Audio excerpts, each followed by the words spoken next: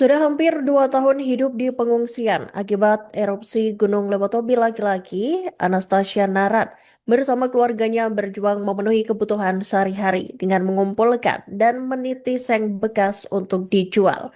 Anastasia Naran bersama suami dan 4 anaknya tinggal di salah satu kantor kehutanan di wilayah perbatasan Kabupaten Sika dan Flores Timur setelah mengungsi dari desa Padang Pasir. Untuk memenuhi kebutuhan hidup, mereka menggarap kebun milik warga di Desa Boro yang berada di wilayah perbatasan kedua kabupaten tersebut. Dan untuk informasi selengkapnya, Tribuners telah terhubung bersama kami rekan Arnold Wilianto, jurnalis dari Tribun Flores untuk melengkapi informasi Anda. Selamat siang, rekan Arnold. Silakan dengan laporan selengkapnya.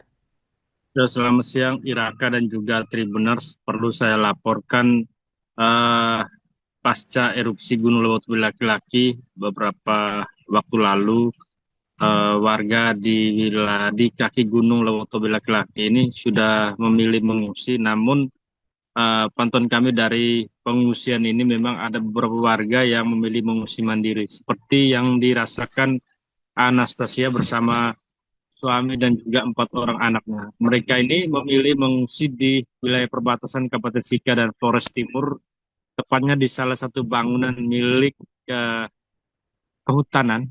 Dan bangunan ini pun sudah eh, di- diminta oleh keluarga ini untuk mereka tinggal sementara. Namun kondisi mereka ini sangat memprihatinkan. Pasalnya rumah mereka rusak, kemudian tanaman pertanian mereka juga rusak, sehingga untuk memenuhi kebutuhan sehari-hari sang suami ini memilih meminjam lahan warga untuk digarap kemudian ditanam ubi dan tanaman lainnya. Sedangkan istrinya Anastasia bersama 4 orang anaknya ini eh, mencari seng bekas, dan seng ini merupakan seng yang terdampak erupsi Gunung Leutowi laki-laki yang dibongkar oleh warga yang sebelumnya untuk mengganti seng mereka yang baru.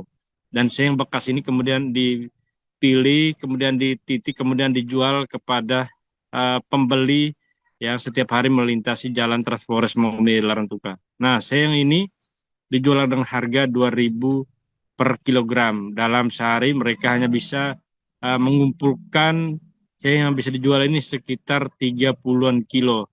Namun beberapa hari terakhir ini memang Anastasia mengalami luka pada bagian kaki akibat terkena seng, dan juga anak-anak dan juga suaminya terkena luka dari seng ini pada bagian kaki dan juga tangan. Nah, saat ini mereka sangat membutuhkan perhatian serius dari pemerintah, karena saat ini mereka tidak ada harapan lain lagi. Demikian Iraka. Si Mama pas saat mengungsi di sini seperti apa nih? Soal kebutuhan.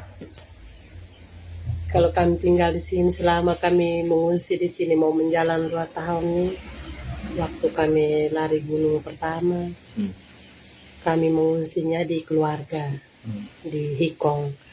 Setelah itu kami minta pulang tinggal di sini karena mengingat saya ada anak 4 orang, tidak mungkin kami tinggal sama-sama dengan keluarga. Nah, akhirnya kami diberi untuk tinggal di sini.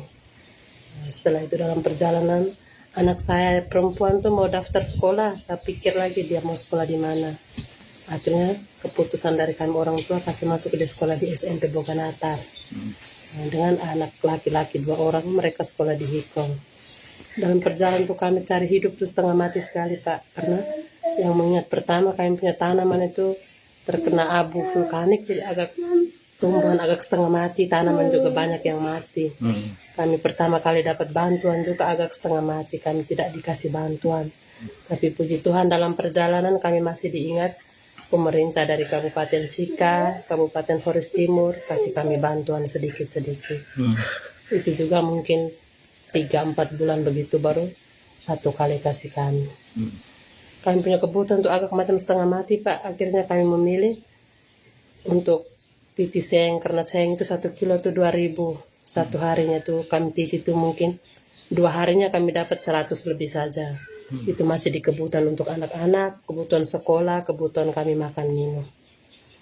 Itu saja. Dalam satu hari bisa titi berapa? Kalau dalam satu hari kami titi mungkin cuma dapat, kalau kami kuat palingan 1 karung sak semen itu tuh saja. Karena kadang kala sayang itu ada yang keras Pak, jadi kami titi itu lipat itu agak setengah mati, jadi kami bisa dapat luka di tangan, di kaki juga.